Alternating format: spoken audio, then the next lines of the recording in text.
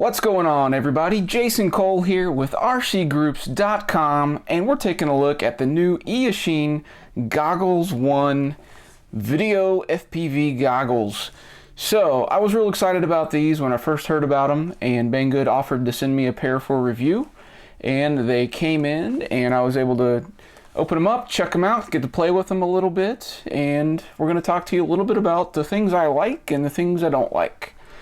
So first of all, you can see it's a good looking, model. It's a foam shell, but it's got a plastic outer kind of casing.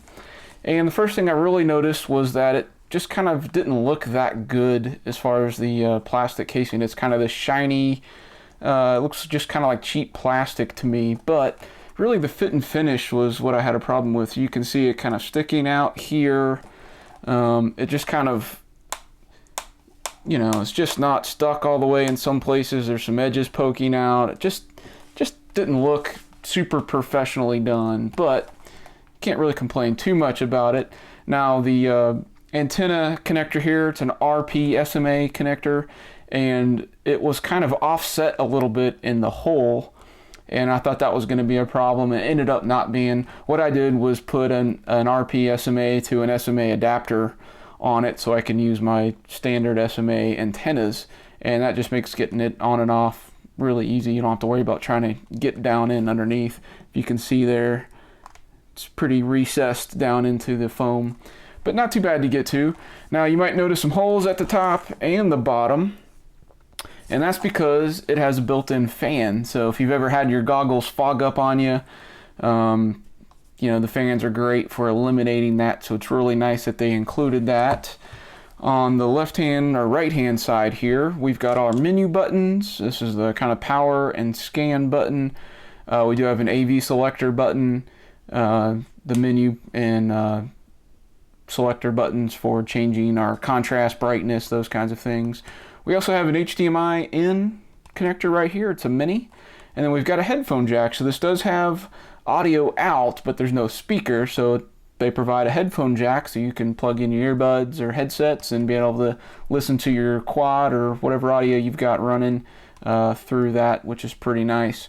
Now you'll notice, even though we've got some up and down buttons here, you cannot manually select the channel for the 5.8 gigahertz receiver that's built in. It is a 40 channel receiver, and basically you've just got the scan button. So you can hit it and it'll kind of scan through. It works pretty well. It does pick up some static channels that it thinks there might be a signal there or something, so you probably have to press it a few times to get to your channel. It works pretty good, but I would also like to see a manual selection. And then the other thing is there's no OSD telling us what band or channel or frequency that we're on. So I would like to see that in the OSD, but these only sell for $149, so it's not too bad. The best thing about these goggles is really the screen. It's a 5-inch HD 1920 by 1080p display, so it's got one of the highest resolution monitors that you can get in a pair of goggles right now, which is amazing. So that's really the key primary feature of these goggles that you might want to look into. It's got the HDMI, so if we're going to run the new Connex Pro Sight HD system, which I'm going to be reviewing here shortly, I'll be able to hook that up to this and get true high definition right in my head mount display. So I do want to kind of show you, we'll go a couple things here. So we've got the batteries. They did provide two of these things. They're 1600 milliamp hour 2-cell LiPos. It's got the little barrel jack like your Fat Sharks. They are rechargeable, so it's got a USB port here to recharge this battery with. And then on top, we've got a little button and some lights so you can see the charge state and know when you need to recharge them and what it is when it's actually charging. So pretty cool little batteries. There's a little back headrest here, and the battery just slips right in. You can plug in the barrel jack to turn them on. Works really well. So I like that. The faceplate we'll talk about. It kind of looks similar to a head play design. I'll show you some head plays here in a second for comparison. It's got a nice soft foam padding. It feels good on your face. One of the problems I had is the foam went all the way inside to this nose recess.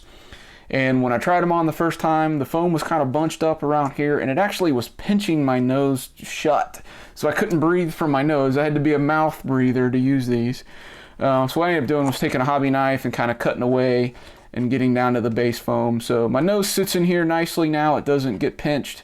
And you're really not resting the goggles on your nose anyway. It's kind of resting on your cheeks and your forehead. So you don't need foam down here for your nose.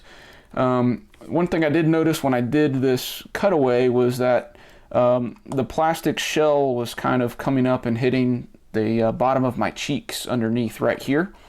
So I took some scissors and I was clipping away a little bit of that plastic shell until it felt good. So just a little bit of mods you might have to do just to make these fit you really well and be really comfortable. But once I did those things, it does feel really nice on your face. So kudos to that. Now, so here's the head plays. One thing I was excited about is my head plays are a 7-inch set. You know, it's got a 7-inch 720p monitor in there, so it's still a really nice display, but they're rather large and bulky and it can be more difficult to carry and transport around.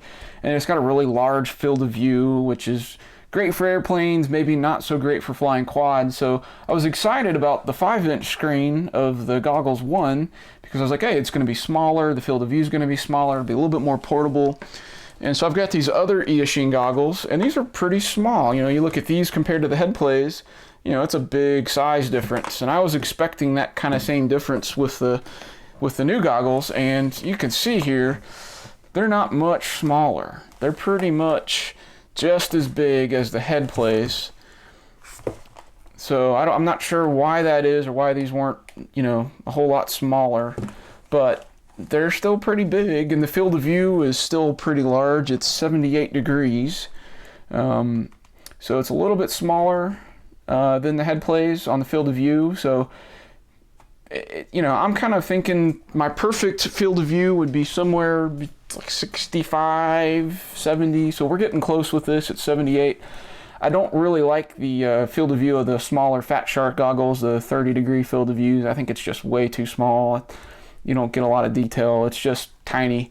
And once you try a bigger screen, you're gonna love it.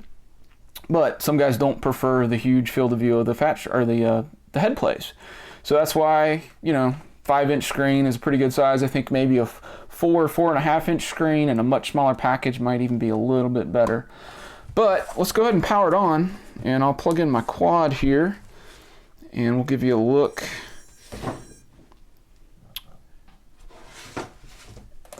At the display. So once you plug in the battery, you do have to kind of press and hold the scan button for a second. The little light will come on, and then it'll take a few seconds, and the screen will pop open, and it'll kind of look around. It should pop up with our screen any second here. So there we go. So, you know, it's nice and big. It's a big field of view, and it is just an ultra crisp, really nice looking display. This isn't, you know, obviously an analog SD feed off of one of my racing quads. As soon as I get the Connex Pro site, I'll be able to hook that up and show an HD feed in this. But, you know, that is a good looking display. You can adjust the brightness and contrast to whatever suits you, and also the audio volume as well. But, man, it just looks awesome. When you put it in your face, it's all right there. The 5-inch screen is perfect size, really. You're really going to love the way this looks, the way it feels once you do the mods. It's a nice headset, so 150 bucks is the price, and for what you get, you're really paying for that awesome screen, right? That's amazing. You get the 40-channel 5.8 receiver. I think, you know, a couple of improvements could have been made to the fit and finish.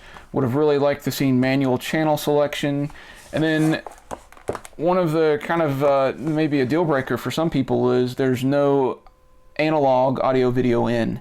So you're not going to be able to hook this into a ground station setup at a FPV race where they've got a quasi-quad you know, receiver station that you need to plug into to be able to get good video feed.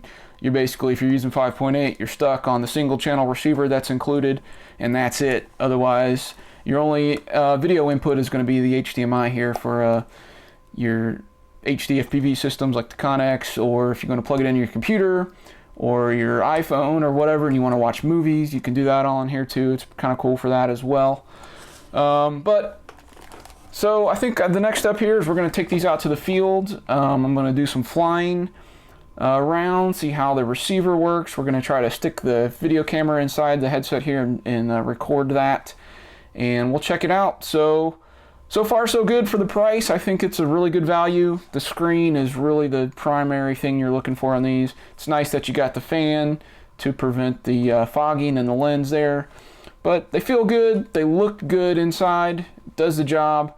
And let's go to the field right now and check out how the video reception is out in the real world. So there you go, guys. It's the Goggles 1 from Eachine. You can check these out at Banggood, and we'll have the link in the full review on rcgroups.com.